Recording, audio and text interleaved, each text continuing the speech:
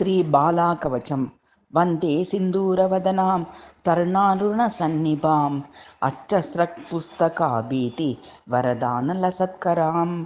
फुल्लपङ्कजमध्यस्थां मन्दस्मितमनोहरां दशभिर्वयसा हारियौवनाचाररञ्जितां काश्मीरकर्दमालिप्तनुच्छाया विराजितां वाग्भवः पातु शिरसि कामराजस्तदा ह्यदि शक्तिर्बीजं सदा पातु नाभो गुह्ये च पादयोः ब्रह्माणि पातु मां पूर्वे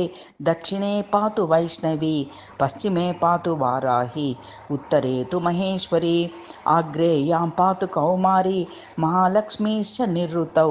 वायव्यां पातु चामुण्डी इन्द्राणी पातु चैश्वरे अधश्चोर्ध्वं च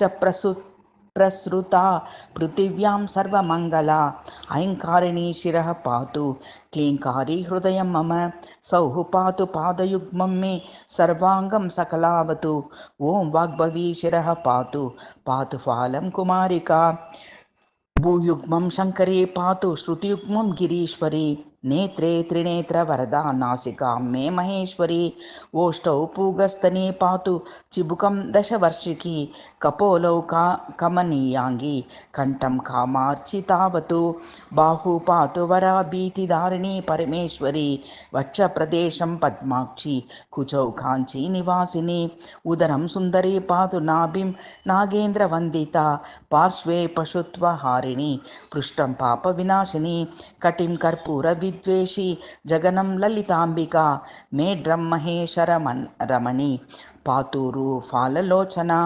जानुनी जयदा पातु गुल्फौ विद्याप्रदायिनी पादौ शिवार्चिता पातु प्रपदौ त्रिपदेश्वरी सर्वाङ्गं सर्वदा पातु मम त्रिपुरसुन्दरी वित्तं वित्तेश्वरी पातु पशून् पशुपतिप्रिया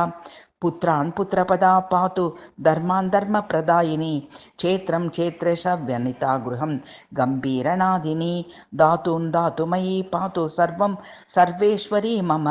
रक्षाहीनं तु यत्स्थानं वर्जितं कवचेन तु तत्सर्वं रक्ष मे देवी बाले त्वं पापनाशिनी इति श्रीबालाकवचम्।